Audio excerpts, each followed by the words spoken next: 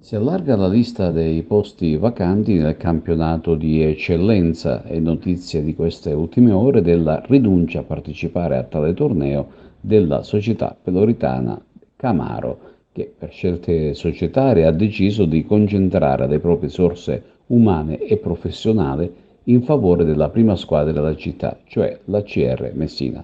Quindi aumentano i posti vacanti nel prossimo torneo d'eccellenza, che salgano a 4, 2 nel girone A ed altrettanti in quello B.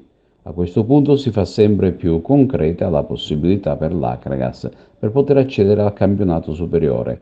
Infatti aumentano le chance e il gigante si ritroverebbe in prima fila a richiedere il ripescaggio in eccellenza, ma come da prassi si dovrà provvedere a presentare domanda di iscrizione nel torneo di competenza, e cioè dapprima quello di promozione e nel giorno successivo quello di ammissione in eccellenza.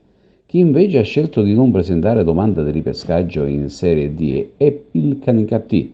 La scelta è stata voluta dalla dirigenza biancorossa che, fatti i conti e con il problema dello stadio sulle spalle, ha preferito rinviare tutto in tempi migliori.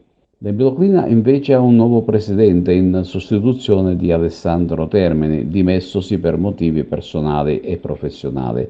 Si tratta di Antonino Giarrizzo, imprenditore di Realmonte, che ha deciso di sposare il nuovo corso Granata. Alessandro Termini invece rimane nell'ambito embedoclino ed entrerà ad ricoprire il ruolo di vicepresidente della società.